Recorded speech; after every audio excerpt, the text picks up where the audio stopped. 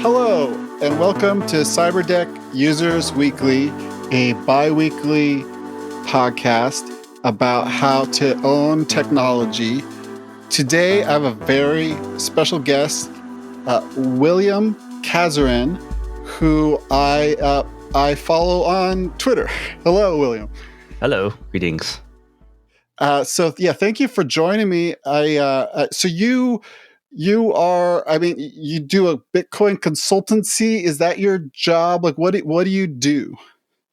Yeah, so I mostly do software contracting for startups. So I'm involved with building startups. So that's kind of like my main source of income. But I do run this consultancy called Bitcoin Wizard on the side, and I've been doing that just as my way to help people who want to learn more about Bitcoin. Yeah, and then I really can't even remember when I started following you. I know it was for Bitcoin reasons, but you just tweet a lot of technical stuff. I found really interesting. It's at JB55 if people want to follow you.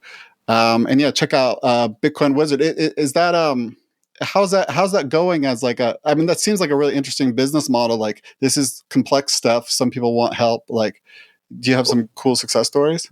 Yeah, I mean, so it's kind of tricky because a lot of these people aren't really. It's kind of hard to reach kind of the normal crowd of people. Like, it's easy for me to reach a lot of like hardcore Bitcoiners because a lot of them follow me on Twitter, and we tweet a lot, and it's kind of like a bubble. But I found it's kind of harder to reach kind of the normal people who might actually benefit from this the most. So actually, one of the things I did was just try to get like an article in the local newspaper and just like talk about like, hey, if you want to learn more about Bitcoin, and so I definitely have got a lot of contacts from that. But yeah, one success story was like, one reporter from came to me who just wanted to learn more about Bitcoin. And I showed them how to like set up a Casa node and how to set up their Lightning node. So there's definitely people who it's just a really technical topic. And if they can get someone who's like been doing this for like 10 years, then it's nice that I can help in that way. That's awesome. Well, sweet. Yeah. I'll definitely have a link to that in the show notes and people should check it out.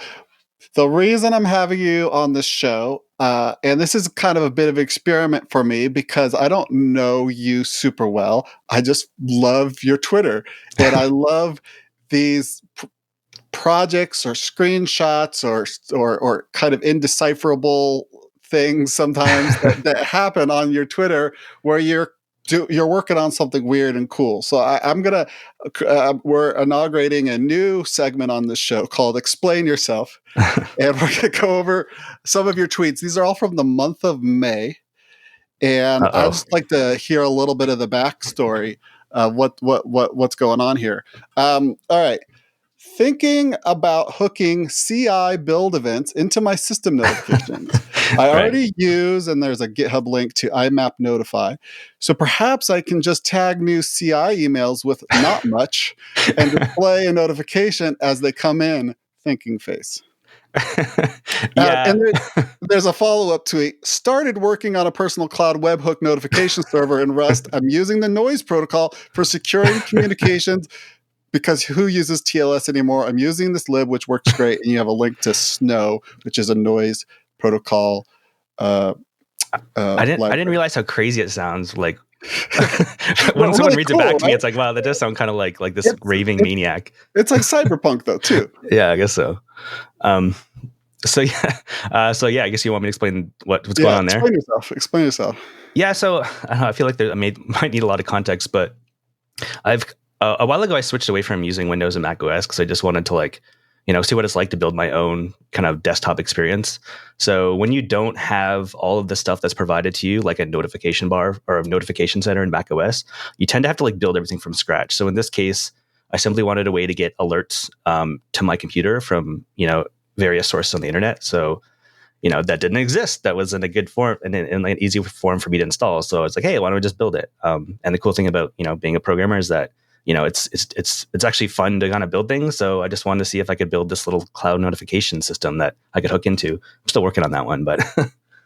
So when you say you're building your own system, like this is like a Linux based, but your own distro basically? Yeah. So I'm using the base distro, which is called NIX-OS, but we can talk about that later. But you can just, with NIX-OS, you can basically start with nothing. So I don't start with a desktop environment. It's just like a terminal. And then you can just do whatever, you can just build whatever you want on top of that. So in this case, I use a window manager called Xmonad, and and all these like all these different things that. But yeah, and then it's all about like how do I build an experience that I would enjoy and for me to feel productive, not just like what Microsoft or Apple thinks is would be productive for me. So What are, other than having notifications come from cloud webhook notification server over the noise protocol, what are some like customizations, like what does that enable for you? Yeah, so I mean, a very common thing that people are used to on their computers, on their desktops, is like this idea of like a window, and then you like drag it around and resize it. So in the Linux world, we have tiling window managers, so you don't have to position windows, like the operating system does that for you, and it's really easy when you create a new window, it just puts it side by side automatically. And so that's one obvious thing that Linux users are very accustomed to, and many Linux users do use a tiling window manager. But that's just the first step, right? So at this point, you still don't really have a bar, like a top bar or like a notification thing. So I'm like, what can I? In my case, I kind of like my system to be minimal. So, I don't even have icons on my desktop. I don't even have a bar. I just have my windows. So this allows me just to focus on my work and not have to think about all this extra like things that are popping up and notifying me and distracting me while I'm working. So what one thing, maybe you have some thoughts on this. Something that I've been really dissatisfied recently with is file managers. I feel like, so with a file manager, you're either looking for something to like double click, right? I spend a decent amount of time in the terminal, but I'm not like fully terminal native. But sometimes I'm like literally looking for something that I'll want as a path. And I know you can like right click copy as path, but so that I also am a little wary of RM hyphen R, whatever, the recursively deleting things, because it doesn't go in a trash can. It just gets voided. So I like delete files in the GUI. But also there's like moving files from one place to another, which feels, I don't know, it's just, then you have to have two file manager windows. I don't know. I just feel like it feels like a weirdly unsolved problem to me. Yeah, I mean, so this is like a very common problem that a lot of people have. And the first thing I think about is like, how do I make this less annoying if I'm going to be doing this action on a daily basis? So me, I'm typically mainly in the terminal. But I feel like that the only reason I'm in the terminal is because there's tools that I use that make me very efficient in the terminal, more so than would be like than I would be in Finder. So for instance, there's this tool called like I think it's called z.sh. It's not Z shell, but oh no, I'm thinking of a different tool. But basically, what it does is it will record which folders you CD into, or that you go into the most. So you can just type one command, and then it will just like, if I just like type one character, and if that's the start of the name of the folder that I go into a lot, I can just jump to that instantly. So basically, there's like these really quick jump off points that I with this tool. So that's that one part of that problem, is like getting into the folder that you want. It's just like, if you just record which folders you go to a lot, and then have a tool that just is easy, it's easy to jump to those folders, that solves the first step. The second step of that problem is moving files. So one tool that I have is called pick and drop. So I just type pick on a file, and then I jump to it. I jump to another folder and I type drop. So it's just a good way of like quickly moving folders or files. Whoa, dude, that's life. I think that would save me like a good 2 minutes a day. Wow, pick and drop. That makes so much sense. Yeah, I mean, that's like that jumping to different folders utility, which we should probably add that to the show notes, because it's like so useful. It's probably my most used command on the command line. If I didn't have that, like the command line would be very slow and clunky, right? Yeah. So this is like a general theme in terms of how I approach my desktop, is like, what's the most annoying things? What's the most annoying interactions, and how can I make that simpler? Okay. Yeah. And then along those lines, we're still just on the first tweet, but the noise protocol, and I've looked into that a little bit, and it's really interesting, and maybe you could help explain it, especially in the sense of, I think we're become very used to that push notifications are a thing that Apple and Google provide for us, but they're not really something that you can do yourself, or you can do securely in some sense. Right. Yeah, so I mean, there's two parts of this, which is like the noise protocol, and then there's the other part, which is like the notification thing. So, the notification problem isn't like that hard. So it assumes you have a few things. So you have a server in the cloud, which again is probably pretty hard for most people. But once you have like a VPS on a cloud somewhere, then it's all about running a piece of software that you can connect to that will send you notifications. So it really just is as simple as that. But it obviously gets complicated in the sense that, okay, if I'm connecting to the server over TCP and it's just sending off notifications, like, my ISP or anyone in the middle could be able to read that. So then there's other implications, such as now I need to secure it. So there's actually two ways to secure like communications, and not two, there's obviously more, but the main one that people use these days is something called TLS, and that's like the green lock in your web browser. So my main issue with that is that it requires this centralized kind of like certificate authority. I mean, it's not completely centralized. It is somewhat decentralized in the sense you have a root server and those sign like, other clients. But for me, it's I just want to be able to have a key on my server that I know, and I just like pin that key and I just use that for encryption. I don't see why it has to be harder than that.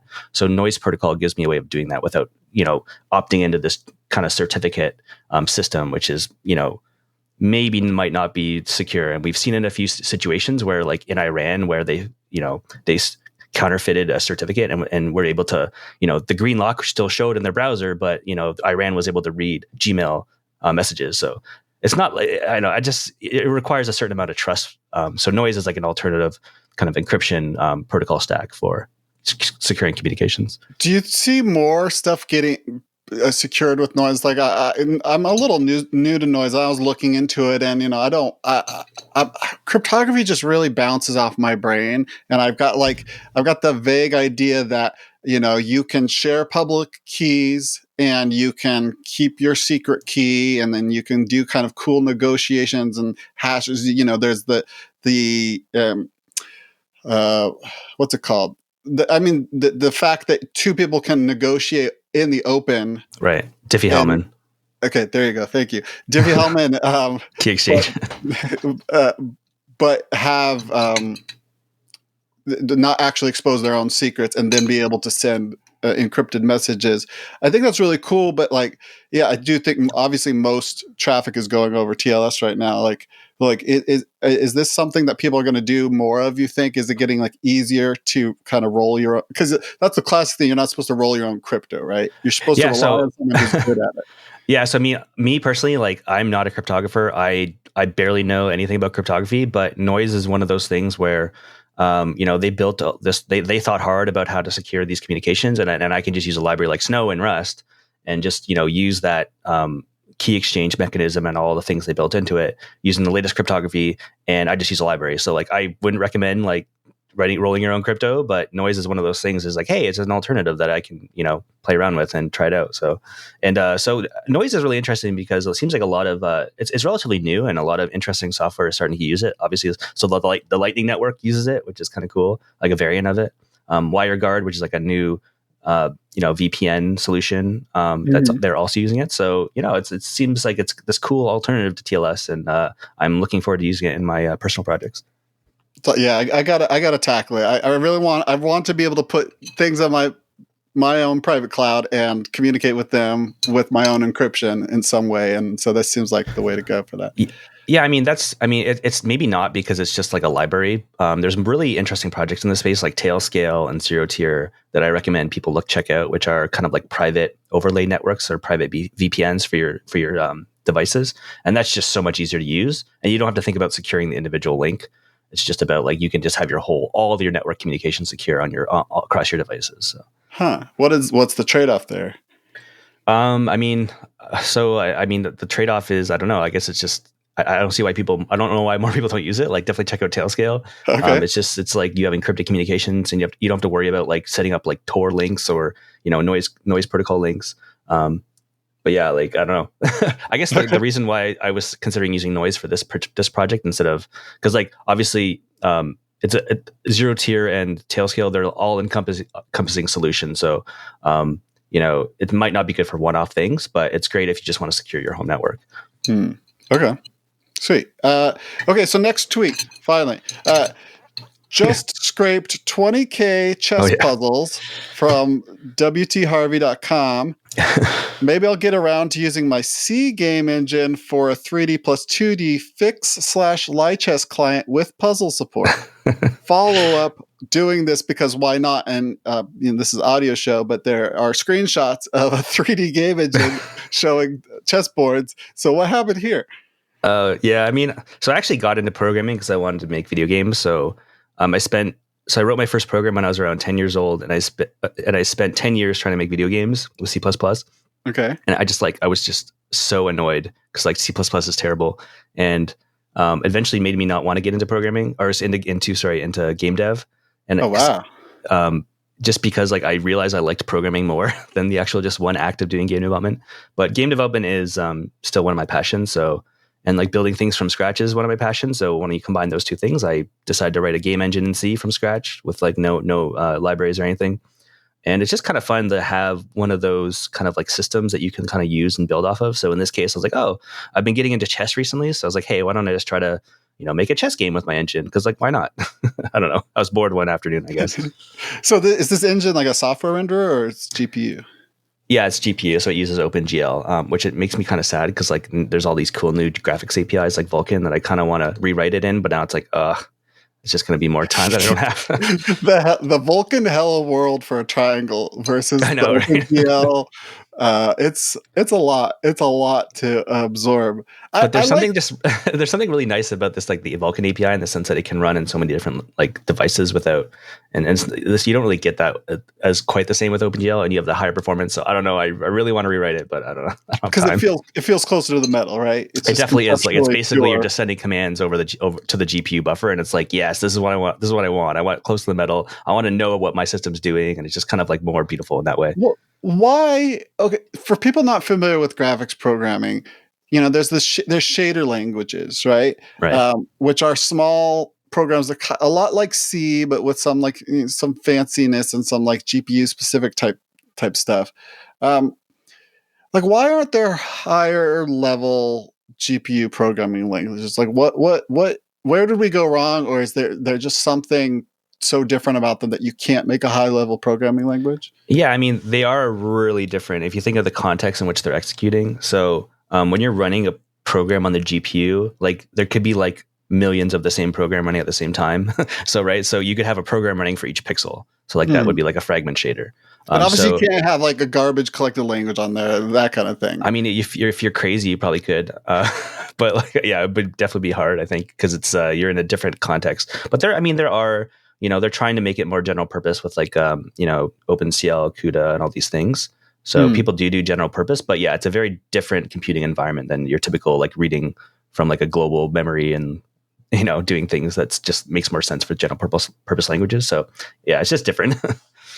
And then yeah, back to like the whole reason to do this. I think it's interesting. Like, Unreal Engine exists, Unity exists, and you could spend probably about the same amount of time, maybe even less, finding a way to plug your chess code into some interface that talks Unreal language or Unity, like whatever they want for native plugins. But I have this sensation that I get where it's like, if I'm going to adopt someone else's paradigm, I have to be like super confident that it's really going to be around. Because otherwise, I feel like I'm investing, even if I get really good short term gains, I'm not getting like long term profits. Yeah, so there's actually quite a few reasons why I decided to go my own route. Um, so when you like exactly what you said, if when you're going to use a solution like Unreal or Unity, those makes a lot of sense if you're just trying to like get a game out there and release a game. I mean, obviously I would love to do that, but what's more interesting to me is simply the experience, the investment I get from learning like how all these technologies work, so that I can use that knowledge to compound. It's like all this knowledge that I'm accumulating is like compounding, and it's allowing me to do more and more powerful things. That's kind of like been my philosophy throughout my whole life. So if I was just using off the tool shelves to kind of just like solve something quickly, it's not an investment in terms of, my long terms. Like now that I know how to do graphics programming, I can now do really crazy things that I can tweet about. Right. So I think Yeah. that's a big part of it. It's great content if nothing else. But I like, how'd you get on, like when did you discover this like compounding aspect? Because I mean, for me, a lot of times I feel like my work is like, I did a unit of work, gotta do a unit of work tomorrow. Like it doesn't always feel like that. Yeah, people really underestimate like the effects of like compounding interest, and you can totally apply that to knowledge. Like, just the person who reads a book or like reads something or learns something new every day, like after 10 years, they are like exponentially like more knowledgeable than what they were 10 years ago. Like it's actually incredible. So I think that people really need to think about that. If you are someone who's passionate about learning and who want to improve yourself and invest in yourself, just learning things every day, I think, is so critical. And if you can just invest in like learning how to learn, like meta learning, all these things will help you. I mean, if you're interested in that. For me, like Yeah, I'm just obsessed with learning. So what's a hot meta learning tip? I don't know. Like I guess just I think you really have to be passionate about learning new things. Like for me, ever since I was a kid, I just didn't like the idea that someone knew more than me. Now that I'm older, I kind of realize how naive that is, because it's like there's so much knowledge to learn. It's like it's impossible. It's always going to be people who know more than me, and so I'm like, okay, so so that part I kind of like stop caring about. When I was younger, that was a huge motivator, but now it's just like I love it. Kind of got me into the mode of learning, and I just kind of love doing that now. So. Well, and then with learning, how do you differentiate between when to go wide and when to go deep? I mean, because especially with programming, I find like you always find these experts that are like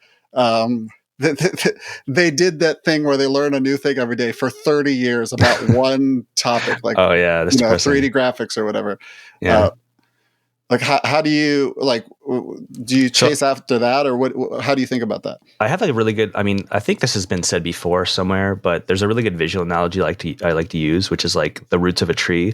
So when you say like the width or depth, I think of those as just like if your knowledge is kind of represented by these roots of a tree, like growing deep into the ground, you can kind of visualize it that way. So the people who do one specific thing might have like one really deep root, but maybe don't have many like. It's not really, not really wide in terms of their knowledge. I don't know. I'm kind of just like learning whatever interests me, and I feel like I really want that kind of like wide and deep as much as possible, where it makes sense. So yeah.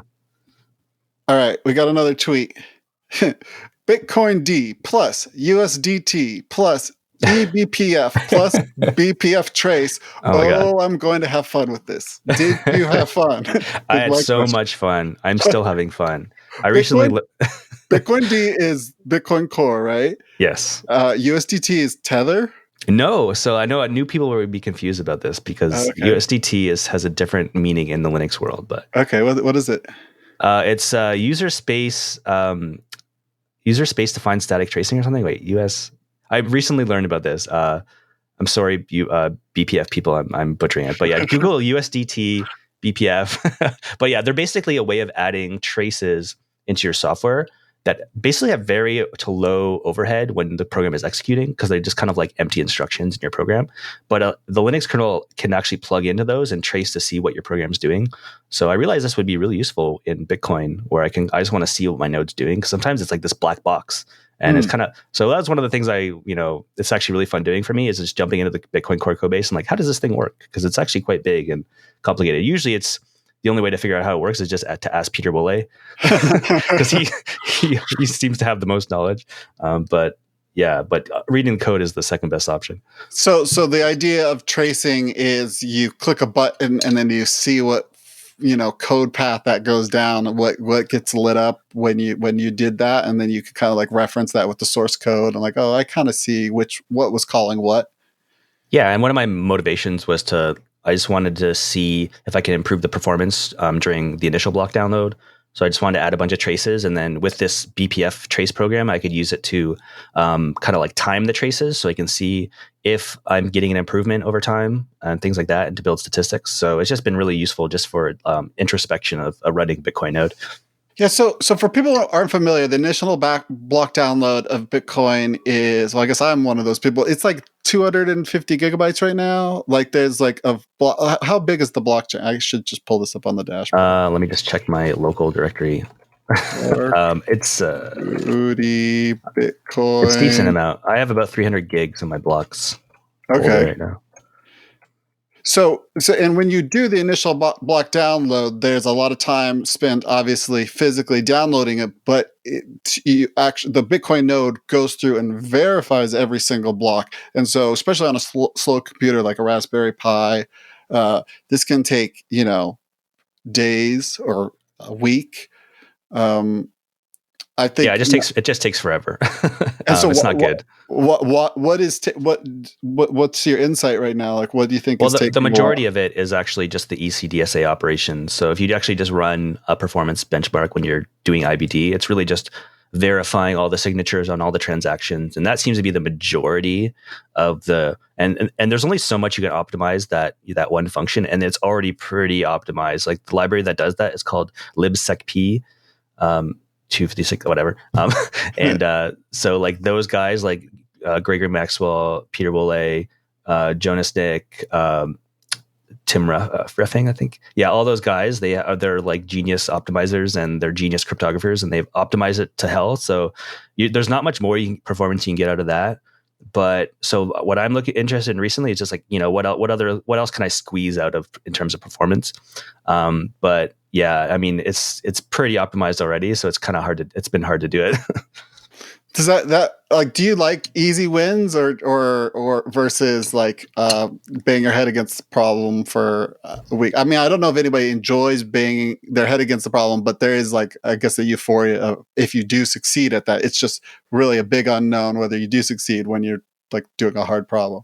Yeah, I mean, it can be depressing when I like spend, a week looking into tracing and, doing all these optimizations that I think might help. And I realize it only saved me, 100 milliseconds over 200,000 blocks. So I'm like, well, maybe I just wasted my time. But I don't really see it that way. I just see it like, okay, now I understand the performance characteristics of the node a lot better. And now I can make more informed decisions in terms of like where I should look next for optimization.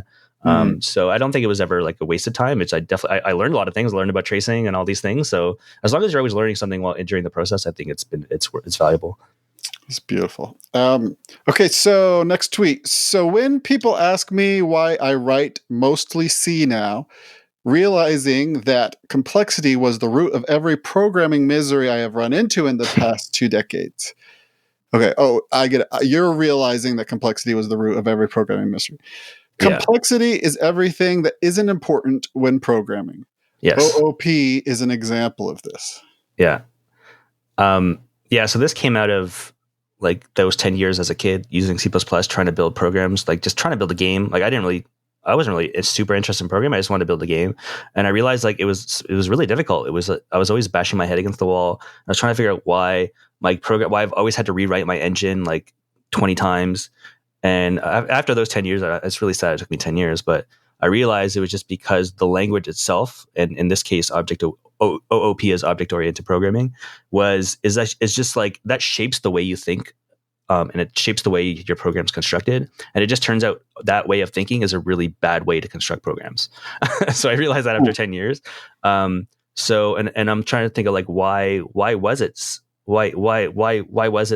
that was the case? It seems very intuitive that you have objects and these objects talk to other objects and they hide internal state. It just turns out that that is just complexity on top of something. It's just unnecessary when you're programming. You don't need these complicated ways of organizing your code. All you really need is functions and data. This is typically where we can start to, talk about functional programming and immutable state and things like that. But once you realize that all you really need is functions and data when you program, then all the complexity dissolves away, and now you can just start getting down to business and writing productive code without having to rewrite your engine 100 times. Well, and you mentioned Haskell in your Twitter profile. I know you had you've definitely done a lot of Haskell, but now it seems like you're using C a lot. So, like, if Haskell was the pure ideal of functions and state, what makes C so attractive? Yeah, I mean, so in some sense, Haskell is like the perfect language. That's the only issue, is that it's garbage collected and it's kind of like a memory hog and it's not as fast as it could be. Obviously, if you're going to be running code on Raspberry Pis and other devices, you want it to be as efficient as possible. The way I like to think about it is you shouldn't make assumptions about the system that your code is running on, because if you're just like a rude citizen on someone's system and you use like 300 megabytes of memory, that could be using up like 80% of a Raspberry Pi memory. So it's like, you're making that assumption that, oh yeah, I'm making myself more productive when I write in a Haskell. But if you're wasting people's space and so they can't run Bitcoin on their Pi, then it's pretty rude. So good thing there's an easy solution. You release a Raspberry Pi with 8 gigabytes of RAM. That's true, but I feel like software is just getting chunkier and chunkier, and Totally. I guess you could have a 228 gig memory Raspberry Pi, and then we don't have to worry about it. But there's still performance, issues with like not using memory efficiently and things like that. So it always used to be, I felt like, and this was a very simplistic, childish view I had of the world. But I feel like growing up, it was like Windows computers always get slower because there's all this bloatware or whatever that is going on. And Mac computers pretty much have kind of a linear performance level until you like fill up the hard drive or something. And Macs don't know how to deal with virtual memory anymore. But like nowadays, I feel like every computer gets slower over time because the programs become more and more resource intensive.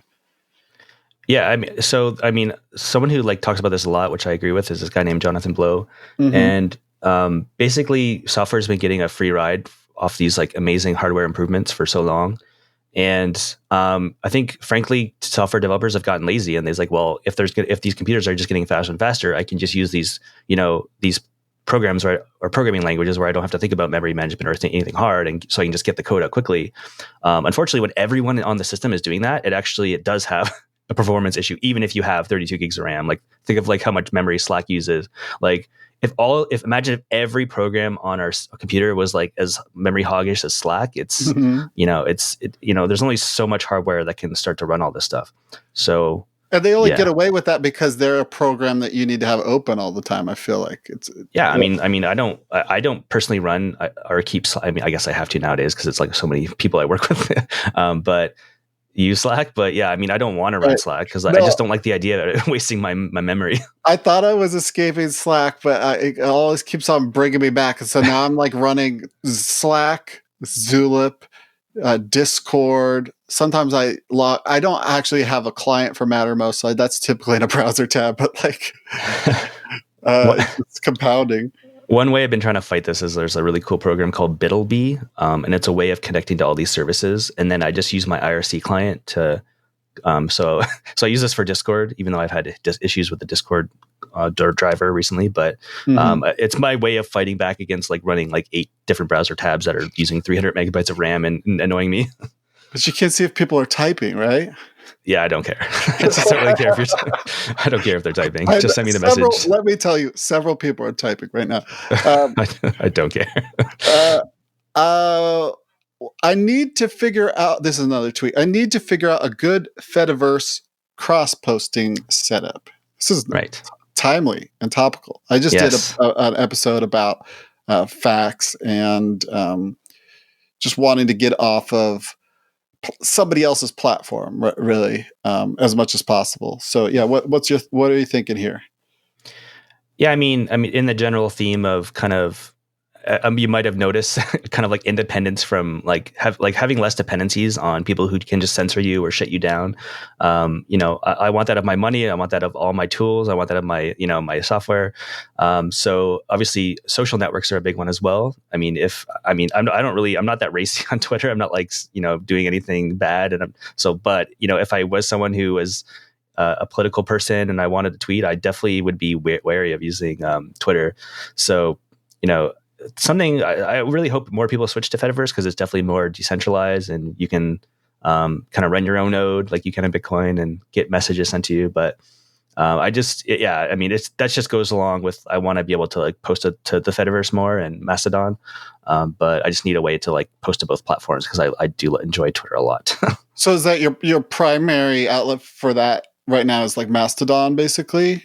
Because I know like there's a lot to that, to the Fediverse. Like it isn't just Mastodon. I feel like Mastodon, if you want a Twitter replacement, that's kind of the way to go right now. Yeah, I mean, so Mastodon itself is like a very bulky piece of software. We're talking about bulky pieces of software to actually run a Mastodon instance. It's like almost impossible because you need like Postgres and Ruby, and it's just like really ugly. So I haven't tweeted about this that much, but I am writing my own kind of like ActivityPub. So the underlying protocol is ActivityPub. So as long as you write a piece of software that talks to ActivityPub, in theory, you should be able to connect to Mastodon instances, and people can follow you. So one of the things that I'm hopefully will be able to finish is my ActivityPub client, where I can just have a super lightweight node that can just post and receive messages on ActivityPub and Mastodon. Yes, dude. What are you writing it in? C? I was doing it in Rust, I think, just because why not? Dude, yeah, I want something exactly like that, and I definitely, when I was looking into Mastodon, I was like, well, can I run my own server? It's like, ooh, that looks really difficult to run your own server, and you kind of end up with these like large communities, and it kind of seems like they're a little too large for my taste. Like I would imagine, I could imagine like having a server running for your family, or just as for you as an individual. Yeah, that would be really cool. But to still be able to interact. But I guess, I don't know, with like Mastodon, would every single Mastodon instance have to let you on to their network to be able to communicate with ActivityPub? Nope. So it should just work out of the box unless they ban you. But okay, so typically it's not a whitelist. No, so basically it's just like an API that you're, so some other Mastodon instance will try to contact your server, and if you speak the same language, then you can interact with that server. So people could follow you, and you can send and receive messages. But how do they find you? Because you like sent an ActivityPub message to one of their users, basically. Yeah, that's one way. So I could send a message to one of their users, and then they would see that I'm this user from this random instance at jb55.com or something, and and then they can now. And that's generally how it works. Discovery. Huh. Yeah, I got to look into this more. This is very interesting, and I do want. Yeah, I'm not going to quit Twitter. I have a blue check, so I am Twitter royalty basically. But I see it as like I see it as like the backup. Like if things go to shit on Twitter, where they just go crazy with censorship, which I don't know. With Jack in charge, I don't know. I feel like I do think Jack is a reasonable person, but then again, you see things are happening recently. It's like, oh god, I don't know. Well, I don't know about you, but like I feel like I've got Signal on my phone, and when I'm on a phone call that is actually a Signal phone call, I just feel a little freer to talk, and it's not like I'm, fomenting. I don't know. I don't feel like, I don't know. There's just something when it's not in the back of your mind anymore of who's listening, or who would care if you said this, or who would care if you said it this way, Yeah, it's really unfortunate. We're in a society where just having your own independent thought, you're so easily kind of like burdened by that.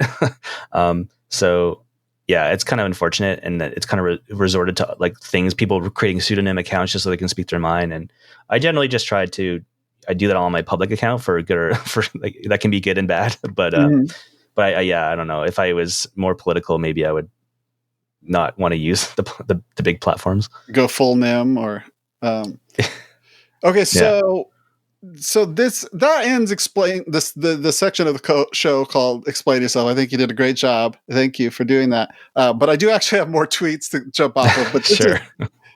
I want to talk about Gopher. So you started tweeting about Gopher, I don't know, keep perfect time. I feel like a few months ago, and it's just such a hilarious thing, because I remember going to the library and being really interested in technology as a kid. So finding every possible, technology related book there was, and then there would be these really early books that would explain the World Wide Web, and HTML for dummies and stuff. But I remember this Gopher book at my local library, and you'd page through it, and it had like listings of various Gopher resources that you could look up. I would love to find a copy of this book. But so Gopher is, well, maybe you can explain it, but what is Gopher? So Gopher was a really early internet protocol where you could share files and documents. So you can connect to a server, see their files.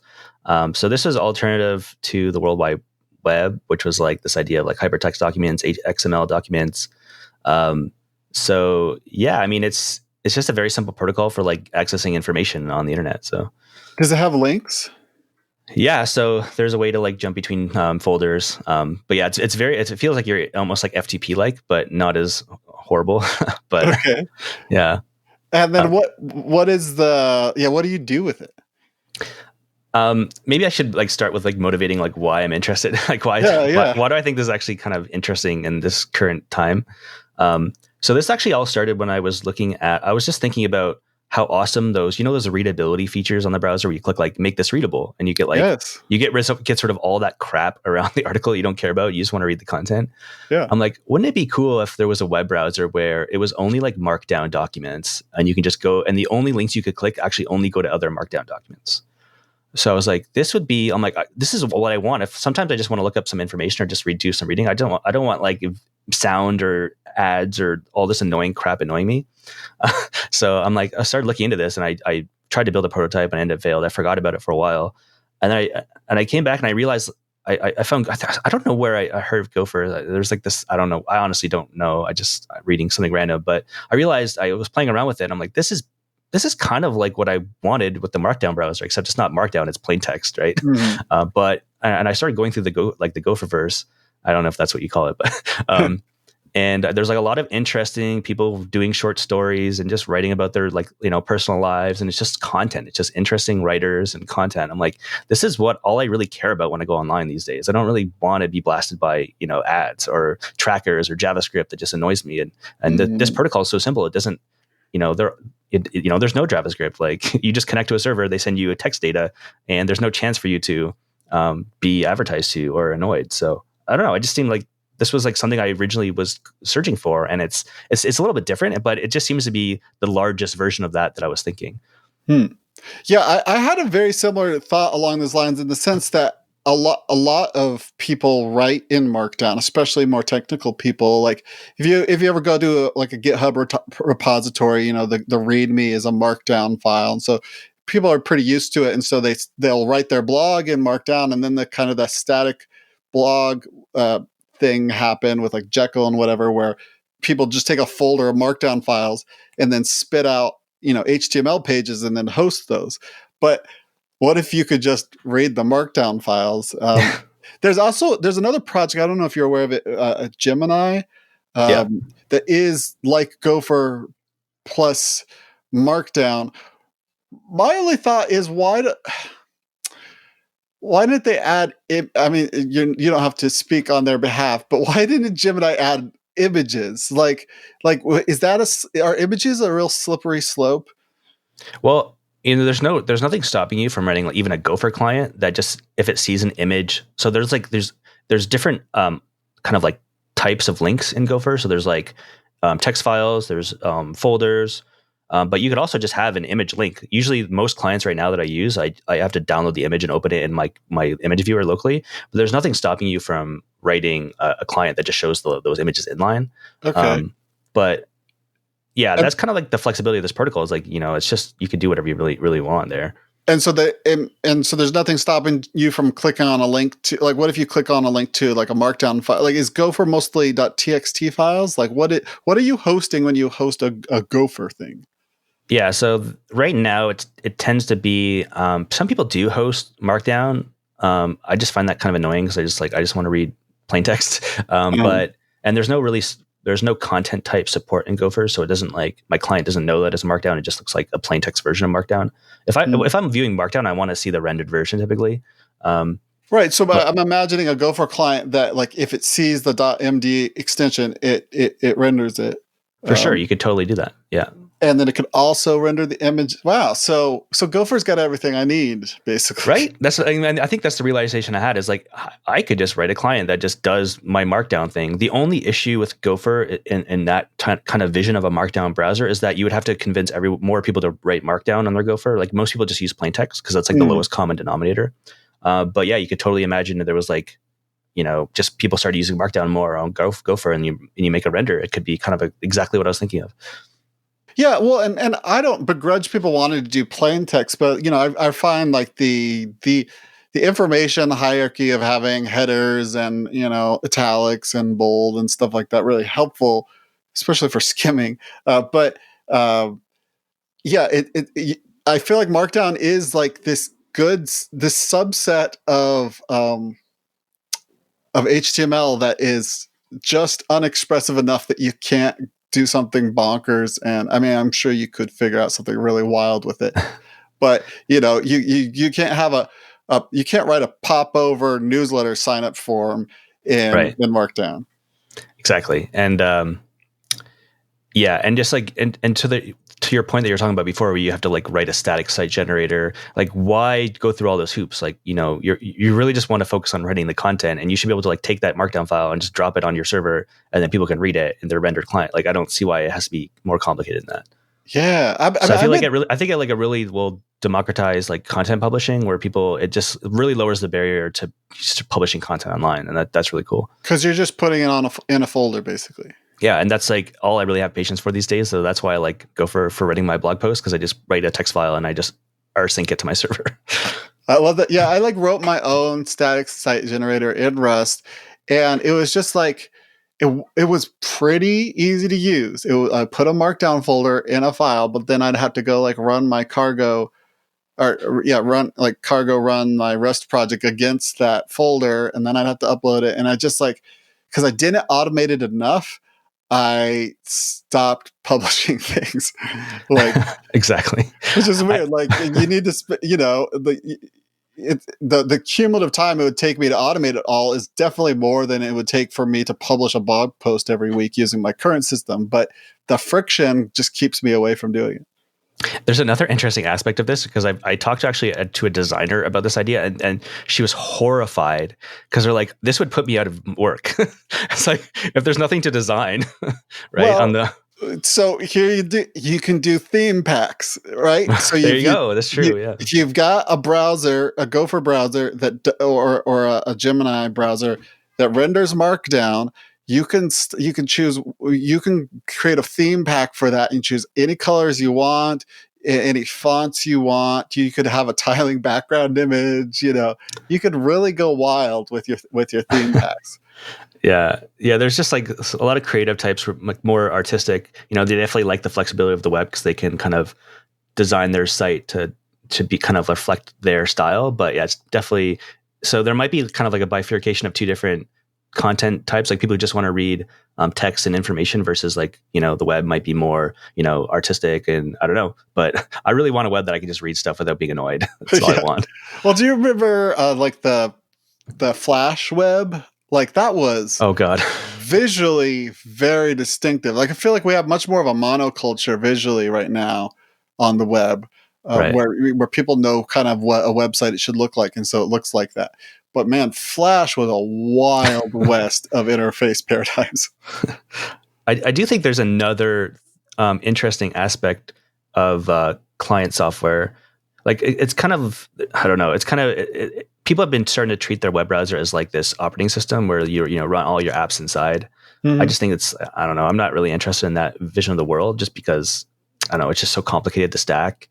But you can totally imagine other types of ways of getting information, such as imagine, you'd have a browser that actually just renders OpenGL, and it's like very similar to that Flash experience, but it's, you get like just a game. But obviously there's things like WebGL, but that run in the browser. But again, you get that whole complexity of that stack. You can maybe imagine a world where there's like other smaller protocols for like displaying interesting content in different ways. But I don't know.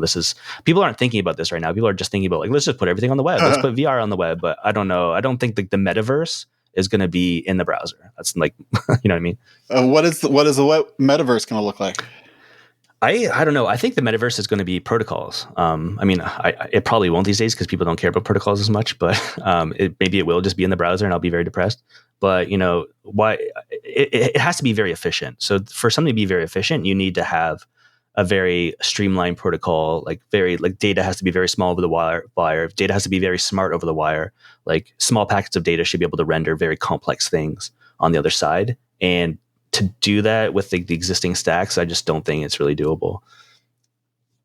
Yeah, I don't know. I've been trying to visualize Tim Sweeney at Epic always talks about the metaverse, and I think his idea of it right now is that you can jump from like game to game, but I feel like there has to be some sort of like a protocol, some sort of information, some sort of something that's important that's transferred back and forth. It's not just like, portable logins, between different siloed universes. What could connect universes? Yeah, I mean, you could totally have a client like in Tim Sweeney's case. Your client could be Unreal Engine, right? But you need some way to get dynamic content into your world, like Second Life style. So Second Life had their solution for a metaverse. Obviously, that's like a closed platform. I'm not really open. I actually could be wrong about that, but I don't know much about Second Life. But yeah, it's going to be a metaverse to me. It's going to be like the web. It's going to be open protocols. It's going to be open ways that I can write my own client to connect to it. It's not going to be this walled garden controlled by one company. I mean, I would really hope not, but we'll see. I feel like being able to write my own client to connect to it is a good like bar. I don't think it's everything that a metaverse would be, but like that seems like that has the right ring to me, like that there's something that exists as a network that I can connect to with my client of choice and I can view with my client of choice, and yet somehow my client isn't powerful enough to ruin it for everybody else. Yeah, I mean, your client might have different capabilities. Like maybe it can only render text. You never know. But you should be able to connect to a room in a metaverse, and even if you don't have 3D rendering capability, you should be able to still interact with objects in that room. Like a MUD client. Sure, I don't see why not. Right, as long as your objects in that world are represented as like abstract objects, there's no reason why you couldn't render them in abstract, ways as like a pixel box. And then if you connect with your 3D client, it's like a 3D box. But these are all things that protocols, if smart enough protocols, we should be able to think about ways of doing that. I think that would just be good. Like think about, impaired people who might not have access to these metaverses. Like we want to be able to make sure they have, it's accessible and they should be able to connect over, to a text client if they wanted to. Yeah. The metaverse and Markdown. Dude, so yeah, I feel like this is I need to sit down and really think about this, but this is really good to be thinking about because I want a metaverse. Snow Crash is one of my favorite novels of all time. So a little more practical. By the way, your tweet was, I have a Gopher client running on my paper tablet, LOL. Right. So you got this running on an e-ink tablet? Yeah, the Remarkable tablet. Oh, nice. And that just runs Linux software, basically? Yeah, it's kind of a cool device, and it's just running it's actually just running Linux on it, and it's super hackable, so you can like shell into your tablet and run software. So it just seemed like a perfect fit for Gopher because Gopher is all about just plain text. And I'm like, hey, why don't I have my paper tablet display, Gopher? And so like this is just an example of when you have very simple protocols. I was able to compile a terminal renderer on my Markable just to show text. So like that is, you should be able to do that in an afternoon, and I did. And like that is what I'm talking about: complexity versus simplicity. Like we should be able to be building these things. I should be able to connect to the metaverse on my Remarkable tablet. Like, God damn it. Yeah, I think there's something to that, and like back to kind of that complexity thing of, it's something that programmers think about a lot. It's one of those things where complexity is bad, but it's really hard to spot how it's happening to you sometimes, and you feel like you're creating abstractions to make things simpler and more straightforward for yourself.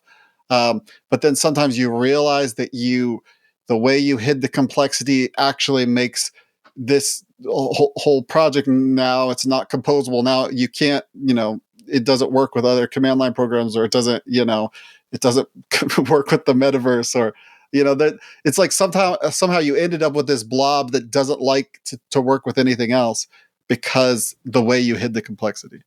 Yeah, I mean, the way that I think about it is, what are all the dependencies that are required to get my thing working? If in the case of a browser, for instance, I need to like know all these complicated protocol stacks. I need to understand how to like implement WebGL. So the more dependencies you have, and which just leads to more complexity. So dependencies, are a form of complexity.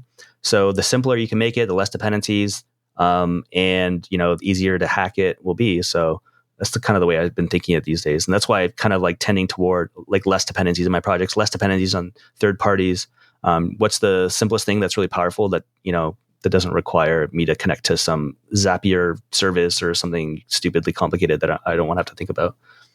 Yeah, well, and that's a good transition to our next and last tweet about NIX-BITCOIN. I think for my satellite NIX-BITCOIN node, I would want it to be a separate device on my network as a prune node. My main core node would then connect to it as an alternative block source. Oh God, I sound like a crazy person, don't I?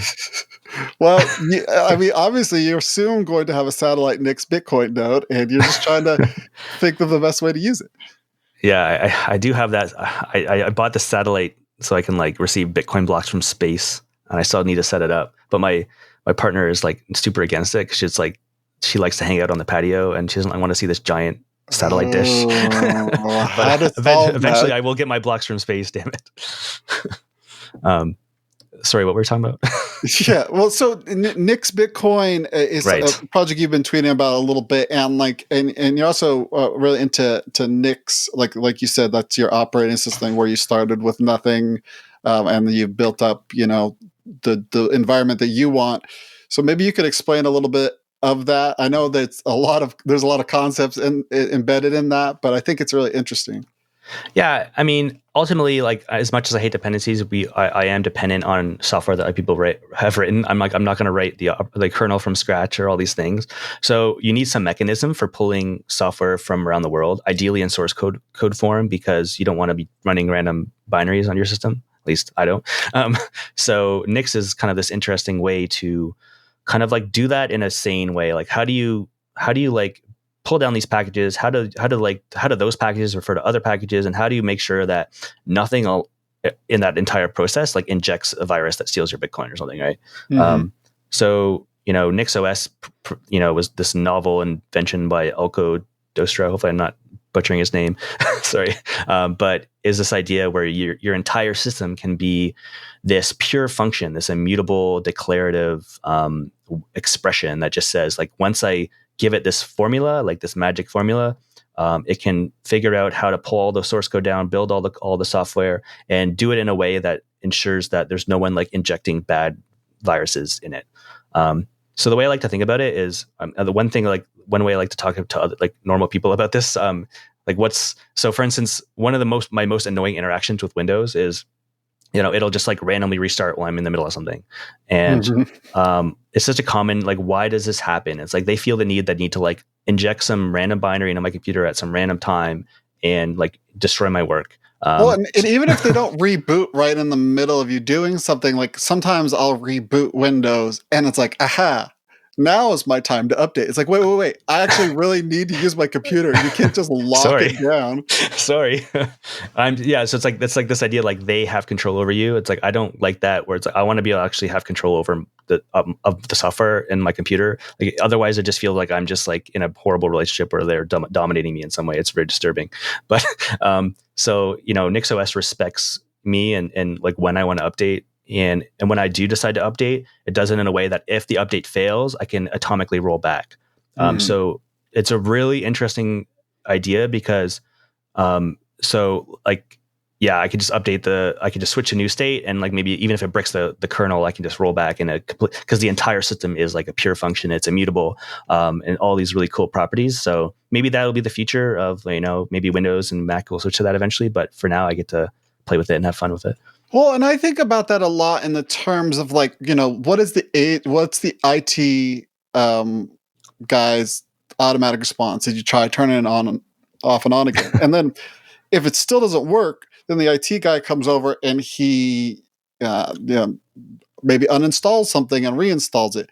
And if that still doesn't work, then maybe he like wipes the operating system and reinstalls that. And so it's all about like trying to start from a known good state and then working from there. But like computers are just, they're always picking up new software and new dependencies and when in Windows world you got DLLs and like you have 7 versions of .NET for some reason or whatever is Yeah. happening there. But what you said was perfect. It gets right to the point. So what is the IT person doing when he's like or what is anyone doing when they're installing software? They're actually mutating some undefined or unknown state of your system. So, sometimes you'll have to restart your computer and like maybe it'll get into a proper steady state where it makes more sense. NixOS is a much different way of thinking about it, where it's like, you can't really mutate the state. Your entire system state is like this, like etched in stone at that time. Mm-hmm. And if you want to modify something, you have to explicitly switch to a new state. So if I want to install software, I just like add it to my magic formula, and then I press a switch to state. And if that fails, I can always roll back. But there's no chance for a cruft to accumulate. I've never had to reinstall my operating system in I don't know 5-6 years. It's like that's a common experience Wow. everyone has. Like it's not necessary if there's no chance for your system to get into a bad state. Yeah. Now that's beautiful. And yeah, so it's like this magic formula you have of the list of the state of your system. In a sense, that is the clean install. Like, Yes, yeah, I get a clean install every time I do install software. it's awesome. And so then NIX-BITCOIN, what's the idea there? Yeah, so you look at this system like Nix, and it has all these amazing properties where I know that people can't inject bad code because everything has cryptographic hashes associated with the source code that you're pulling down from all these different places. So so it's like, hey, we had this really cool way of managing dependencies and packages. And really good way of provisioning systems. So I can give you this magic formula, and you can completely copy my entire computer. Like if you installed NixOS on your computer at home right now, and I gave you my Nix configurations, you can have a computer that's exactly like my computer, basically down, and you can experience my desktop. So I'd have pick and drop. Yeah. Would I have 3D chess? No, unfortunately, I haven't packaged that for Nix yet. But okay. So yeah, there is some there's a very small amount of mutable state that I like in your home folder and things like that. But your entire system is mostly immutable. Okay. But anyway, I feel like I was getting somewhere with that. NIX-BITCOIN. Oh yeah, NIX-BITCOIN. So hey, we had this realization where we want other people to run nodes because we find it's very important for your independence and freedom. So what if we just hand people magic formulas and they can just have a working Bitcoin node, Lightning node, BTC Pay server, all this software without having to worry about or having to know about how to install the stuff and building the source code and things like that. So it's a really cool fit for that particular use case. So I'm just happy to kind of contribute to it when I can in my free time. Yeah, would you say I was looking at it a bit. I wasn't sure is it really ready for prime time? Like it looked like it, because I've got a blank box right now that needs an operating system and a node and running on it, and I want sort of a headless unit that I'm going to SSH into.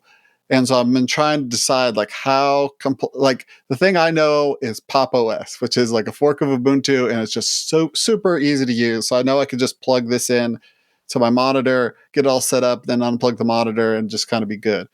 But like, is there like what would your vision be for like a headless unit like that without insane amounts of time configuring?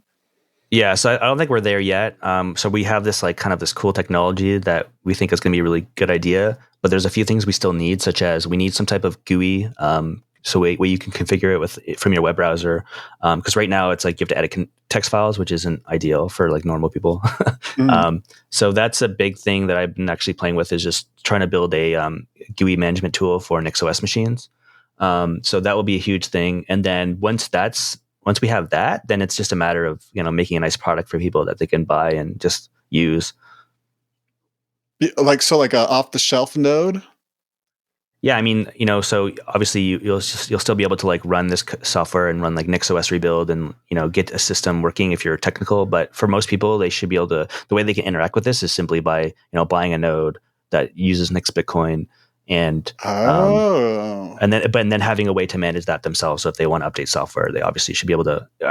You wouldn't want some like central server that's like trying to do updates for you. Sure. Just having that GUI. So some nodes are already doing this, but they're doing it in a way of that mutable state that we were talking about, which your system, your device or your node could get into a state and it's like, oh crap, all my things aren't working. I have to reinstall everything. We don't want that experience. We want to have like a really nice experience for people. Dude, yeah, I'm okay. I'll keep track of this because that sounds like you're building exactly what would be helpful to me. Okay, well, so I feel like I've got a lot more questions. Like I was trying to you created this calendar software that I'm trying to install, but I don't know enough. It's not. Yeah, that's not even close to being ready. Sorry, I do use it, but it's not friendly at all. So you got a ton of. I was going through your GitHub. There's just a million projects, and you obviously have more tweets than the month of May. But we're about to go to space as a. Oh crap! Is that right now? As a country. I think they're supposed to launch 333. It's 249. So I wanted to watch the space launch, and same actually. But I really appreciate your time. Really, it was great talking to you, and yeah, like I mean, I kind of see you as a tool builder. Do you think that's a fair way to, or how do you think of it? I mean, I feel like I'm a tool builder in the sense I'm building tools to kind of like gain freedom from this horrible software ecosystem that we're currently experiencing. So I am a tool builder in that sense, but I want to make the world better by just having a better way of looking at technology and tools and operating systems. And I don't know, I just love computers, and any way I can help improve them. That's beautiful. Well, on that note, thank you so much, and hope everybody has a great day, and I hope we get to space. Yeah, cheers. That was fun.